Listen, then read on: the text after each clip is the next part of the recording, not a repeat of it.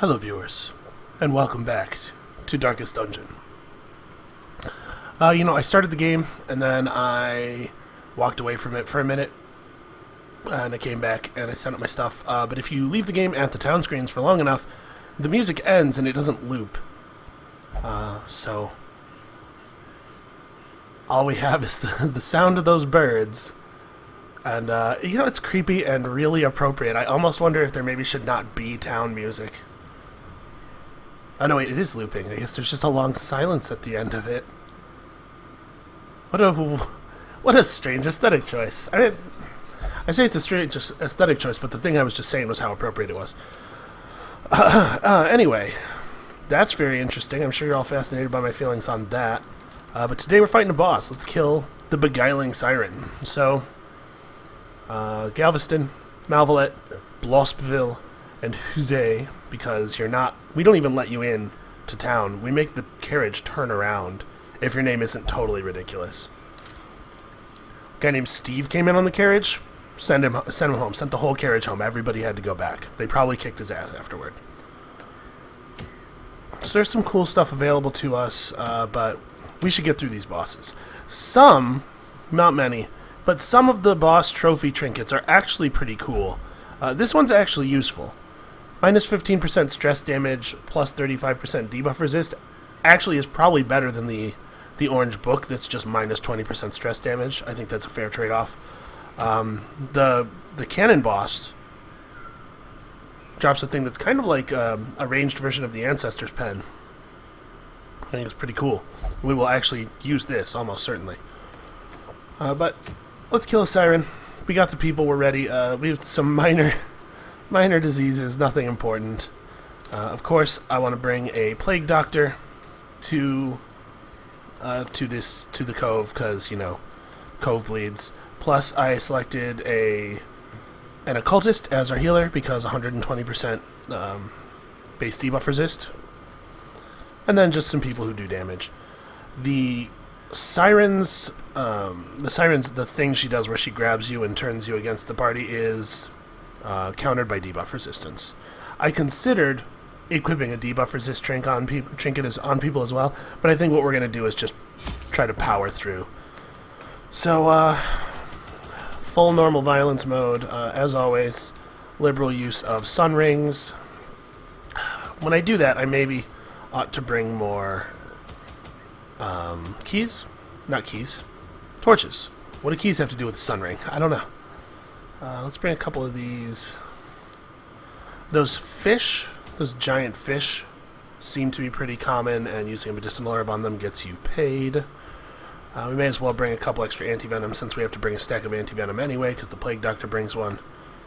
I do want to say, I've done a couple of reds that I haven't recorded. I figure at this point, you guys don't need to watch me do normals that much anymore. I probably will record some more reds, but I just banged out a red because I haven't actually played the game in like a week, and I was trying to get myself back in the headspace.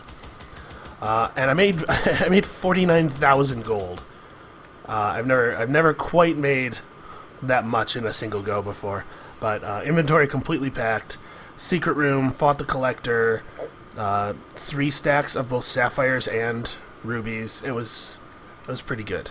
So that is why we were at 75,000 gold a second ago. I'm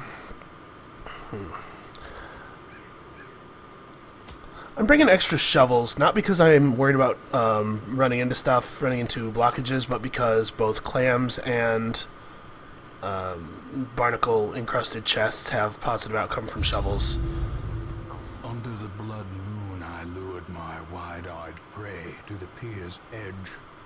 Before she could properly appreciate her position, I clamped on a manacle, chaining her to the leering idol. A small push was sufficient to send both into the icy waters. And when at length the tide receded, jewels of the most magnificent grandeur lay scattered upon the shore.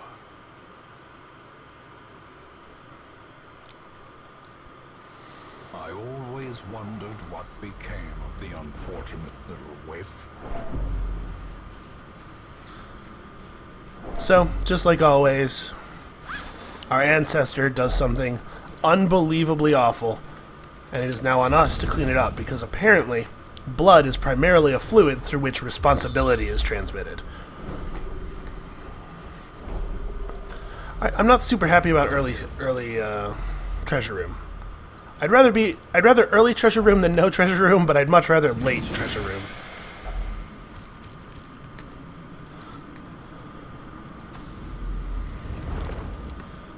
Let's see here. Who's actually got 135? Because he has the map, right? So, yeah, you get to disarm it.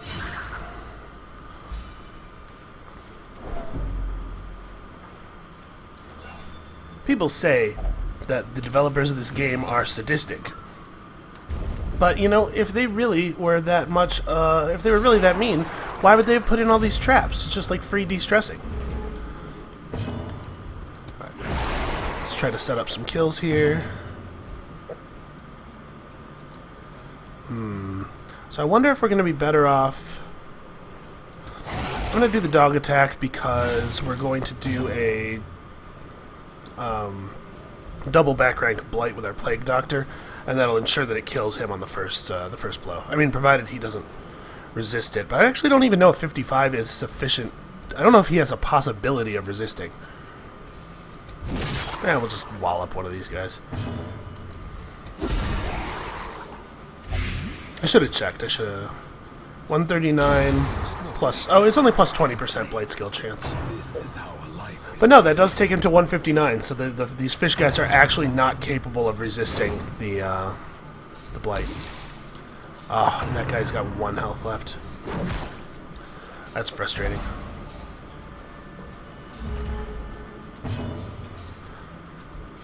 Well, let's finish him off, make sure he goes down. I did not give our plague doctor incision, because I intend for her to stand in the back row most of the time. I wanted to have access to sacrificial stab, because it has so much bonus damage against Eldritch, and almost everything in here is Eldritch. All of the fish monsters are Eldritch.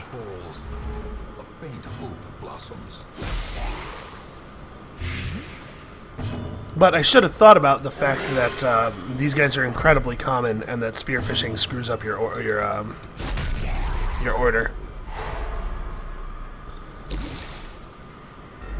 We could still go back and give it to her, but I don't think that it's...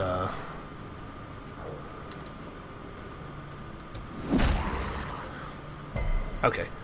I did that on the remote chance that the stun would land,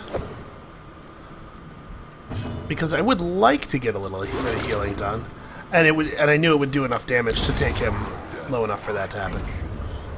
Okay.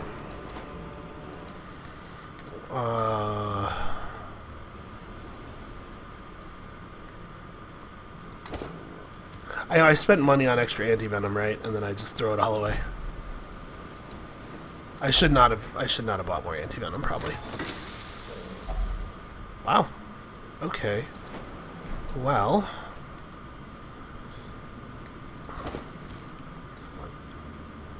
this is lucky. I mean, it would have been luckier for them to be the same kind of gem. What gets thrown out for emeralds? Does anything get thrown out for emeralds? I actually do want to have the dog treats for the boss fight. This is why I want my treasure rooms at the end. Bandages are pretty useful in the cove, but gold is pretty useful when we go home. I'm betting that I'll do well enough in here that I won't need it. Short-term detriment, long-term benefit.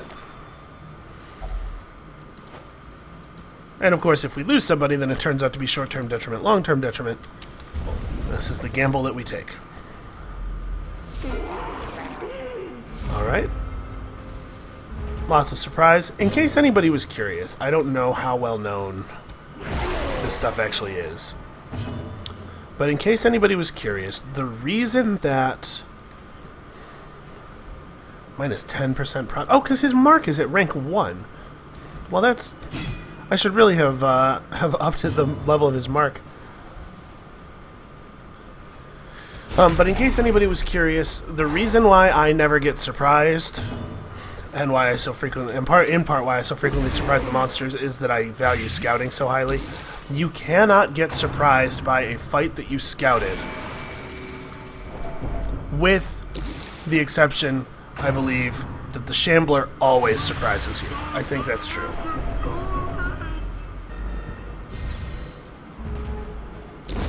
Great is the weapon that cuts on its own. But, like, if you fight the Shambler, and then you flee, the next time you get in a fight, it will be the Shambler. Even if you don't go to the same place, even if you go to, like, a different hallway or something, it will be the Shambler. Even if you had scouted the location of that fight, I think you still get surprised. Oh, that had like a really good chance of working. That was the right move. I'm confident. By the way, our poor Plague Doctor is at plus 25% stress damage taken from the trinkets. That's perhaps not a totally ideal place to be. Yeah, we left him with the 50% prot and stripped his dodge instead. Because the people who have the minus prot mark would really much rather be attacking.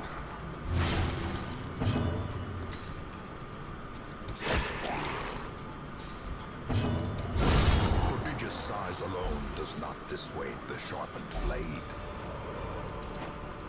Okay. Gray ring dice or gray frame dice or gray frame trinkets are not that valuable. I think I'm not going to pick up any of this.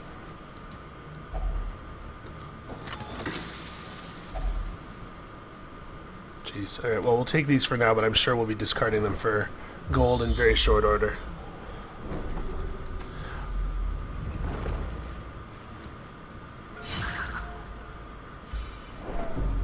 It's like little pockets of stress relief.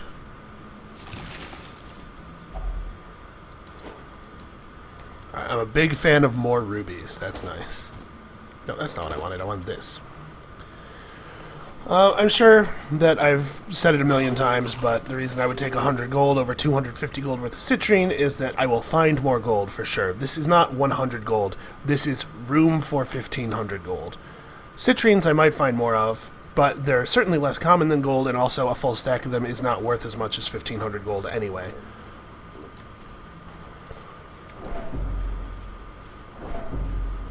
I know that I'm repeating a lot of strategy in all these videos. There's just not that much to this game, really. You make a lot of the same kinds of decisions over and over again, which is going to be the case with any strategy game, really. There's only so many kinds of different challenges you can cram into any one type of experience. But I repeat myself because I know there are people coming to the channel who are not going back and watching 600 episodes or whatever it is. I'm at like 50-something now.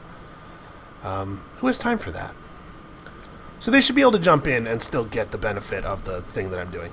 So we're going to be able to remove a negative trait here. By the way, look at this. Only one negative trait on two different people. I should make it clear, I do not pay to remove negative traits almost ever. There are very few that I think are worth the money. So I'm actually, this like really interesting. Bloodthirsty's annoying. Thanatophobia is annoying, and slow draw is annoying. These two don't matter almost at all. But I'd like one of those to go. So when you use the medicinal herbs on the coral, you get a random negative trait gets removed. Bloodthirsty. Okay, I was hoping for slow draw, but bloodthirsty is bloodthirsty's annoying when you're in certain types of places.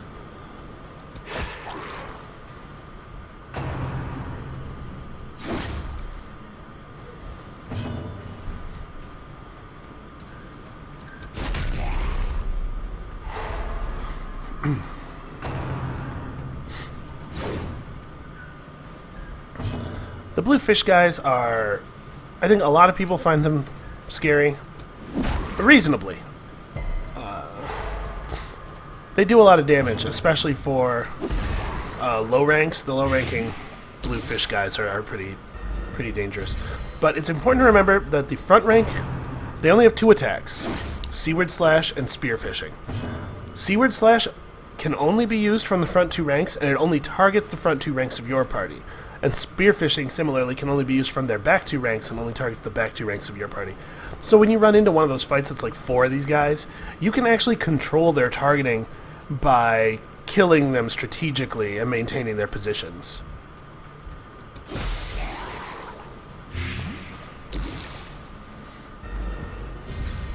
Their formation is broken. Maintain the offensive. Also, it's a pretty good idea to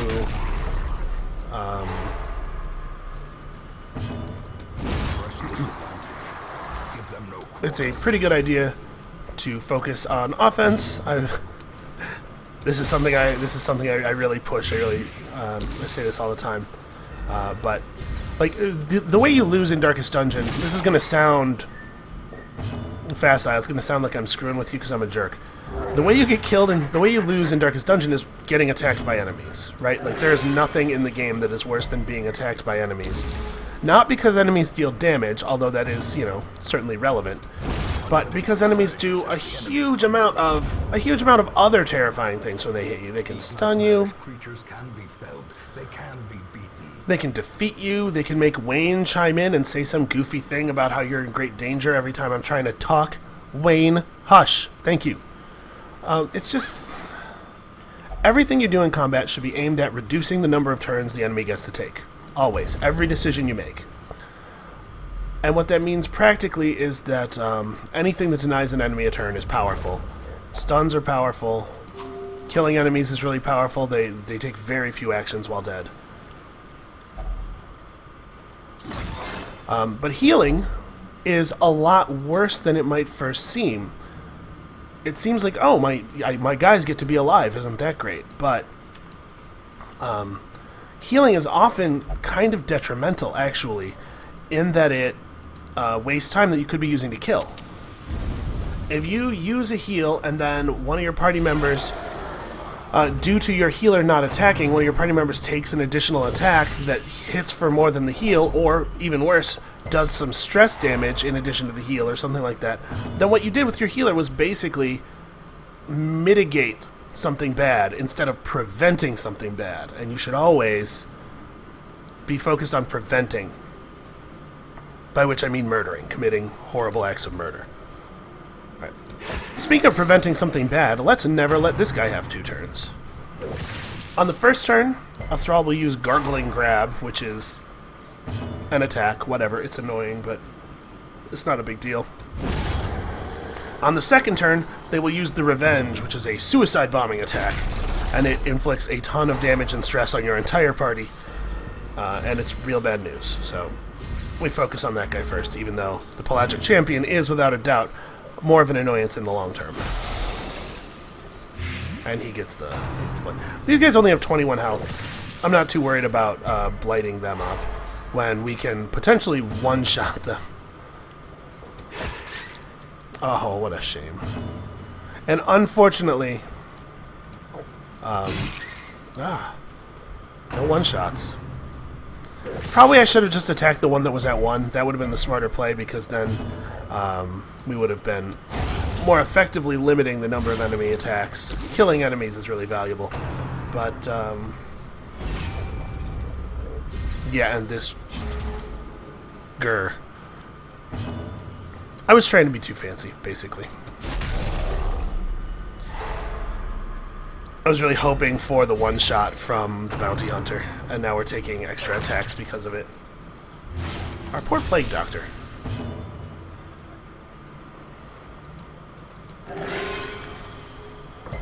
But, so if healing is such a detriment, why even do it, right? Why do I bother? And the answer is that survival of your heroes is obviously important. It's less of an overriding concern than some people make it out to be, I think, but obviously it's still really important. So, what you always have to do, the math you always have to be doing in your head, is, can my healer make us take a different number of attacks over the course of this battle? And if your healer's action isn't going to change the number of times that you get attacked, because your other party members have it under control or for whatever reason, then yeah, go ahead and throw that heal. And also, if a character would die without healing, then you must heal them. That's obviously very important. Don't lose characters. His stun resist has gotten a little high for my taste. I don't think we're gonna... Now see, in this case, I don't think I estimated correctly the amount of damage we were going to deal. In this case, our healer's turn totally does change the number of attacks we take. Potentially, right? I didn't know for sure whether the bounty hunter was going to get to go first. Triumphant pride precipitates a dizzying fall. We gotta toss something to take on this blight amulet. Green trinkets are worth 1,500 gold. So, this is like a whole stack of gold right here. Wait. Where are we in this dungeon? Okay, so we do not know where the boss is. The boss is always in the room that is the largest number of rooms away from the starting point, but these 3 rooms are all equally distant from the starting point. So what we're going to do is we're going to walk down this hallway and hope for a scout right here, and this will be our camp room.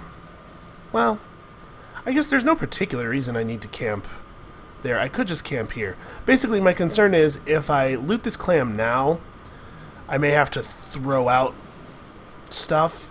If I camp right now, I'll free up the slot for the firewood, and I'll use 8 food and be able to really eat the last food just to give somebody some health.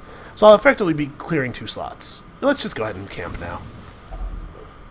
All right, somebody's I think the plague doctor might be a stress faster. Yeah, this is such a good trait. Honestly, stress faster might be worth locking in. This is really powerful. So I do want to prevent the nighttime ambush. This one prevents the nighttime ambush, but increases stress at the cost of 3, while this one prevents nighttime ambush plus a bonus at a cost of 4. So let's do other stuff first and figure out. So does anybody have a disease that I actually care about? No, nobody has a disease I care about.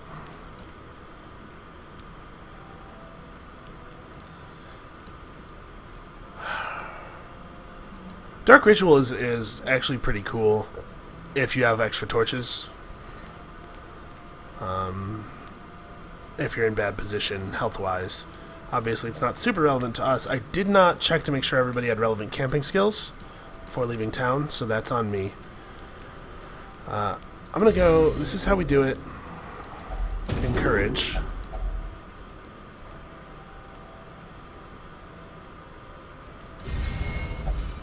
Therapy dog, because that puts up minus 10% stress damage on everybody.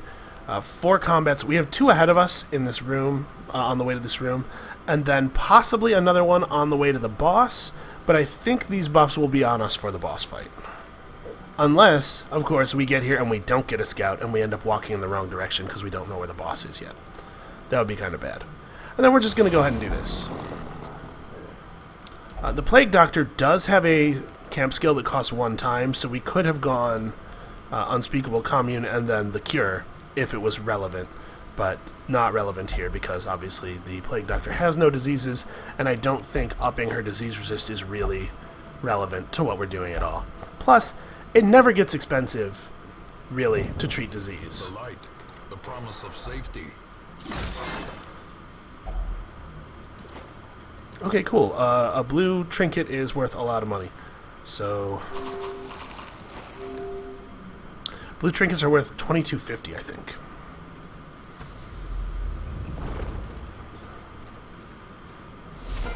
Oh, hey. How's it going, buddy?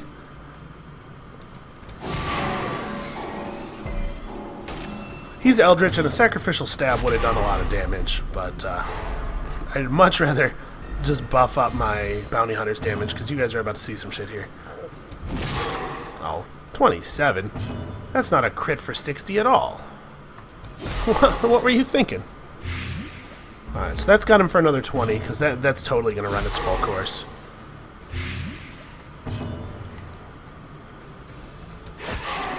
Oh, minimum damage. Alright, so honestly, our rolls went pretty badly there, and he's already at 83 before he even gets a turn. I do think that you need to focus on these, the Highwayman heads. It's really a bad idea to have more than one or two of them out at a time. Actually, we're going to do this. We're going to stun one of them.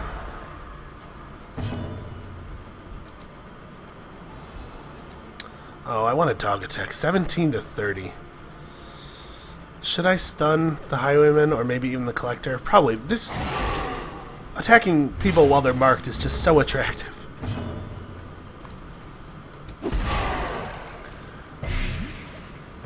Alright, so I should talk about dots for a second here.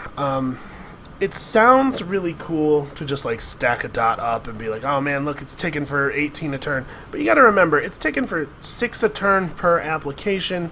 You have to think about it in terms of how much damage each action that you use does. When the blight, when a 6 point per turn blight hits somebody, and you get the full duration out of it, that's 18 damage from that attack plus whatever impact damage. That's pretty good, right? We're not mad about 20 point attacks. But it's only 20 points if you actually get all 3 ticks, which means that you have to let the monster have 3 turns. Sometimes that can be a real problem. I am, by the way, totally going to stun him now. The fact that we got to go before him there is a total blessing, and he's in a lot of trouble.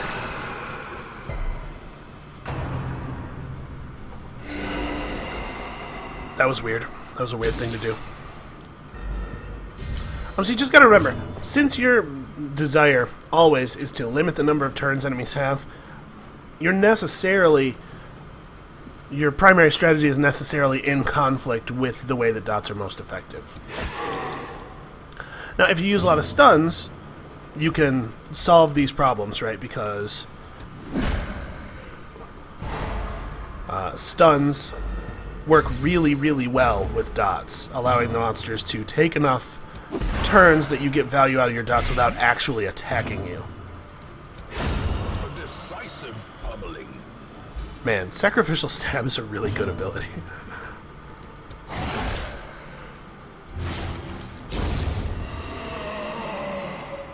Yeah, that's right.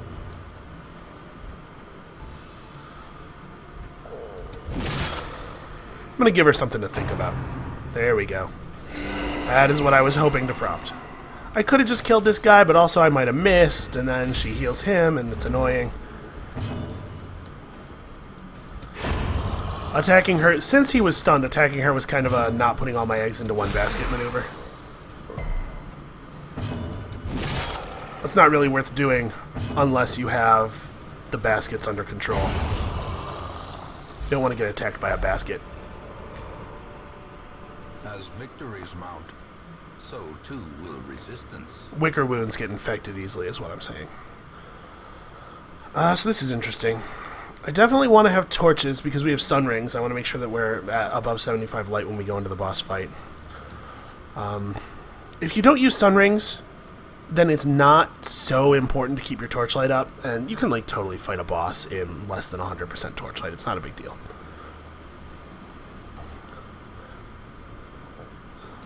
If I had better scouting, I would know whether or not I need these shovels. I don't really want to get into a position where I have to pull down a breakage, the passage blockage with my hands right before a boss fight. All right, we're taking the risk. Sure. I don't feel good about that. I shouldn't have done that. I'm being greedy. I should have just, like, thrown away the emeralds. Obviously, we don't want to throw the food away, because a starvation event would be really unfortunate. Ooh. They're surprised. This is nice for us. I thought about doing a sacrificial stab just to try to burn this guy down faster, but...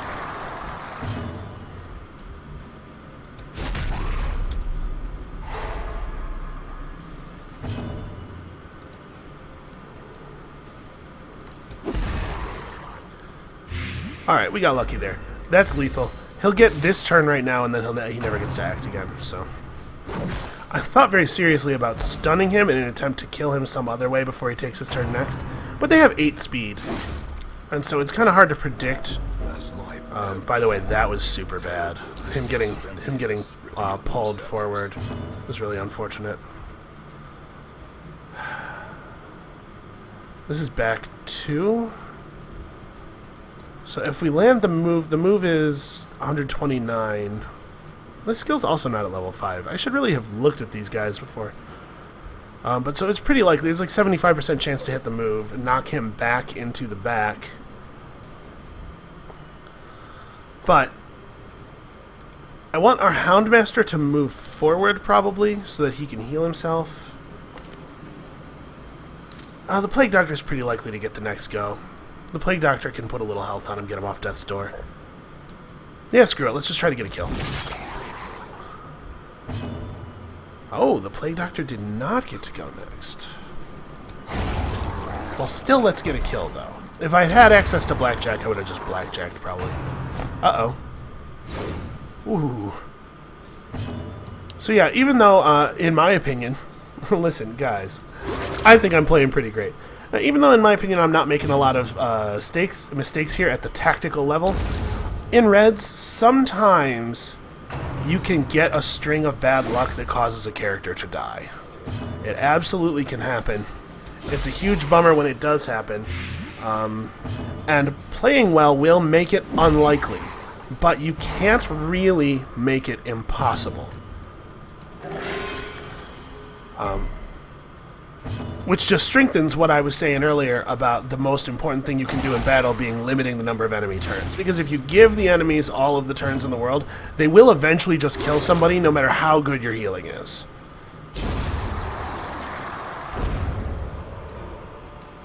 Seize this momentum. Oh, thank God for the scout. Push on to the task's end. Okay, and the direction with the boss doesn't have any more fights in front of it. Trinket. Trinket is worth money. Is it worth enough money to drop something for?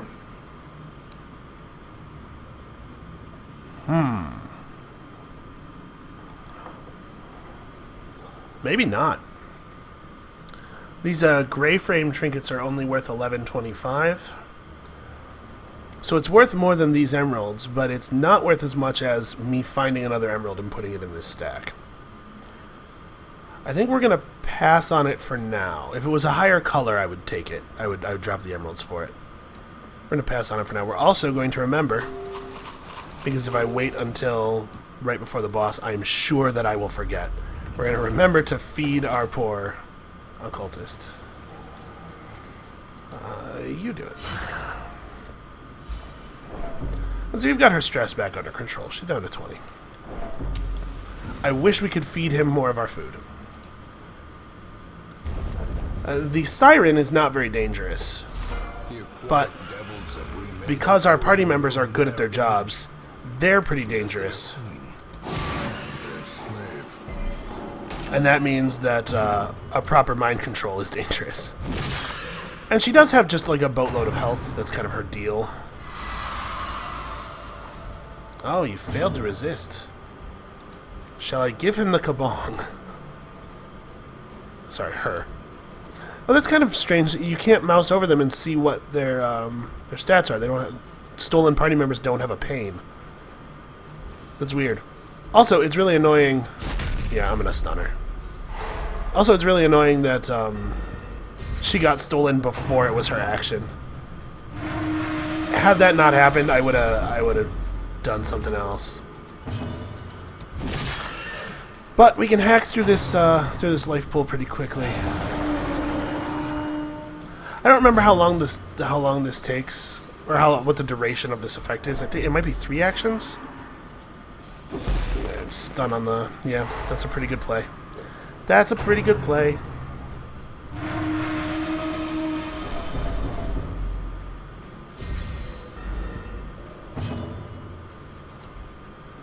Oh, the mark wore off already. Damn you, bosses with multiple turns. Let's put a little bit of control. Had the mark still been up, I definitely would have attacked there. Okay. You're fine. Everything's good.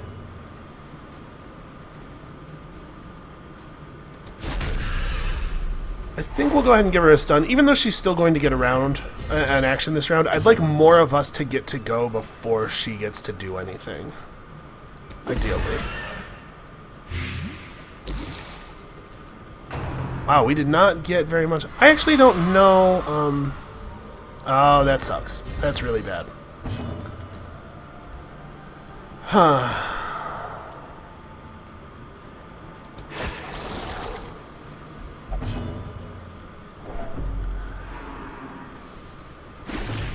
Ah, well, who's the genius who only gave him a level 1 mark now? So it looks like they only get 2 actions over there. 139 plus 40 is pretty good. But also, I kind of don't... Pressure Crash kind of doesn't matter. Yeah, let's just do this. Because she's just going to play her stupid Concorn over and over again, and I don't actually care about that.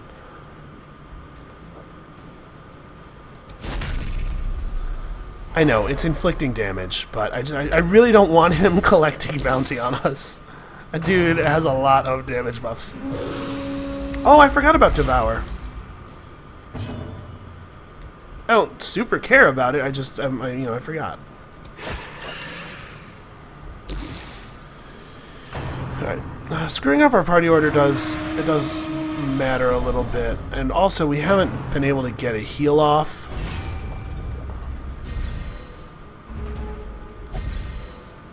Due to him getting blinded and then the party being rearranged and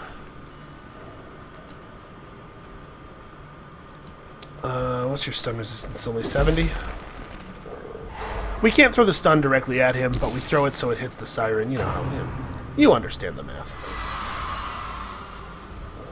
Okay. And if somebody has to get pilfered, that's the one we want it to happen to.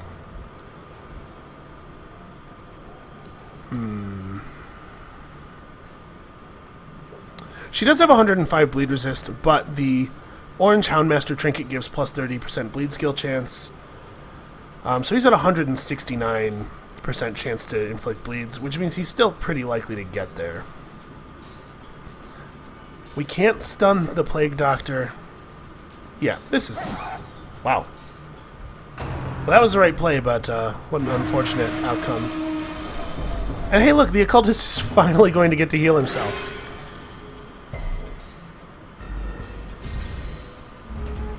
If he had gotten hit by one real attack at any point during all of that nonsense, it would have been really bad. And honestly, we're quite lucky that it never happened.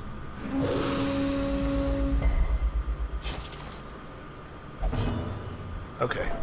Are you going to do something that we're going to... Disorienting Blast isn't even on your bar.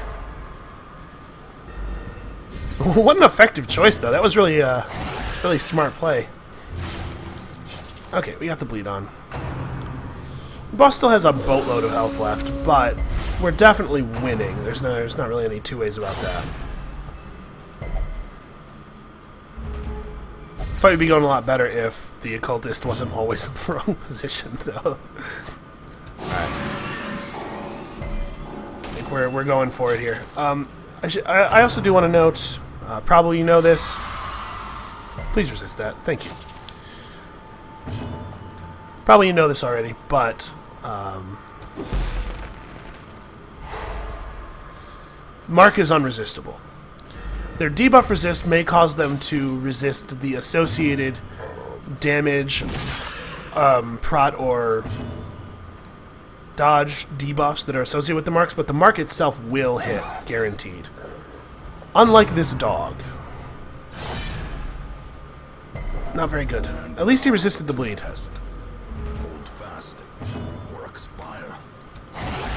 Okay, there you go. This is bad. He might die. Okay, good. Basically, all of her attacks hit everybody. So I was really concerned that she was gonna like blow out her stupid horn and somehow kill him. All right, so you might be thinking that that doesn't look like it went that well. Everybody's all fucked up and. You're not the wrongest, but honestly, that was pretty good. That went okay.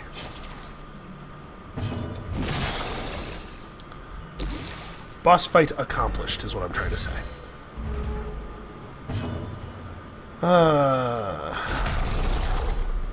the game might ding us some stress for stalling here, but I just really wanted to make sure that Bluspphil got a chance to heal himself. Yeah, the game's not going to ding us for stalling. This guy's dead.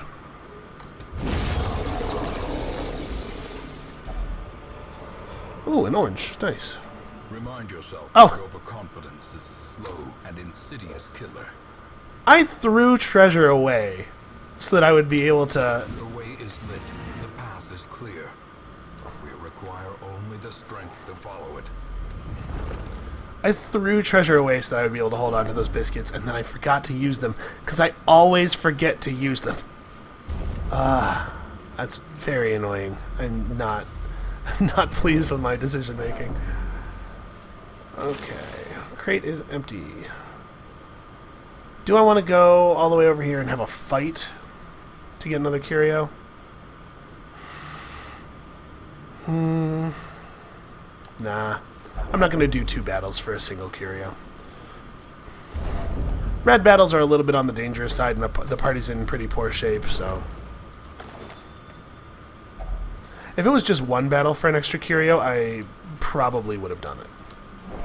Oh, what am I doing? I'm walking around here with all this light. Shift control click to snuff out torch. Darkness closes in, haunting the hearts of men. If you have no intention of fighting anybody anymore, what do you need light for? By the way, don't fight people if you are at 0 light. Every time you engage in a battle at 0 light, there's a chance that the battle will be replaced with the Shambler. I've still never seen it happen, but it did actually happen to a friend of mine recently. So I do know for a fact that it's possible. It is no longer hearsay. If a battle had spawned in the hallway here, by the way, I would have just bailed on the dungeon.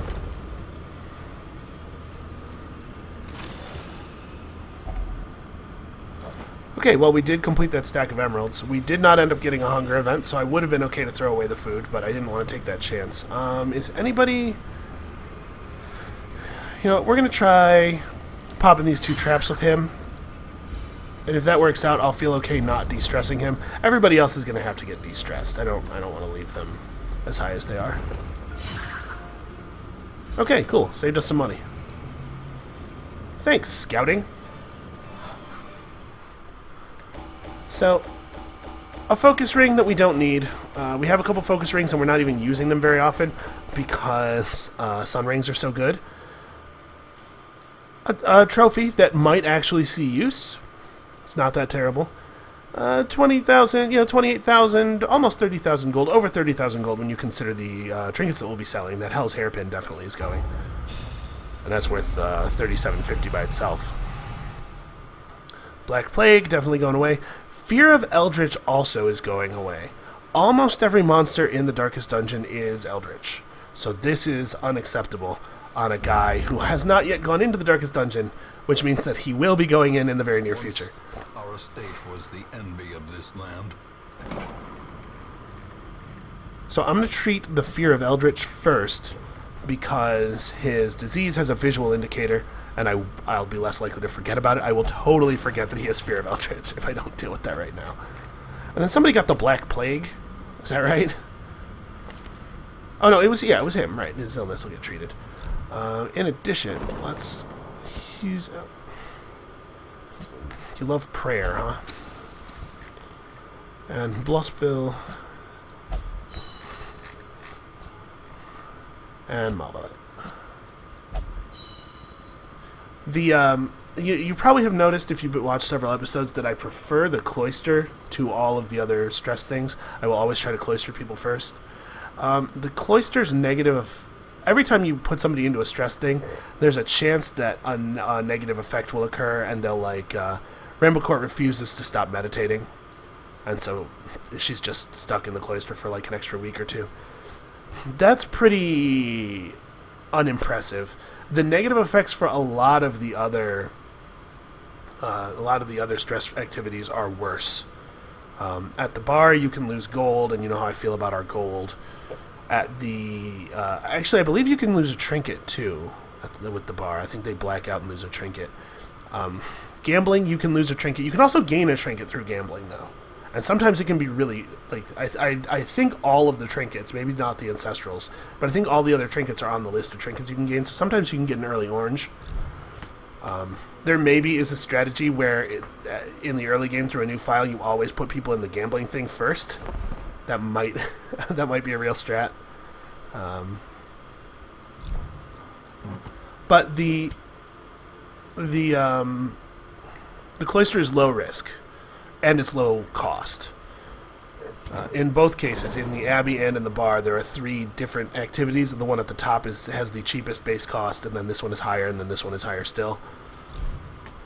I almost never use the tavern, honestly, unless people will only have one of the traits that makes them only want to do one of these things. I rarely use my tavern. Speaking of town buildings, also, while doing stuff off camera, I completed the Survivalist, because you just get crests in huge, like, just huge piles. The only thing in town that isn't all the way upgraded is the sanitarium now. I am 41 crests or 41 busts and 29 crests away from not needing heirlooms at all anymore ever again for the rest of this file. Yeah, nothing else to say there. Successful boss fight. Who doesn't love winning? Now I've got the drowned crew available. This is not very good. I guess... No, it's just not very good. I was going to try to come up with a justification. It's just not good. Well, come back next time when we'll, I don't know, do something. Fight a boss, maybe. This thing is useful. We'll probably do this next. We'll probably kill the Brigand 16-pounder. So yeah, come back next time to watch us fight a giant cannon.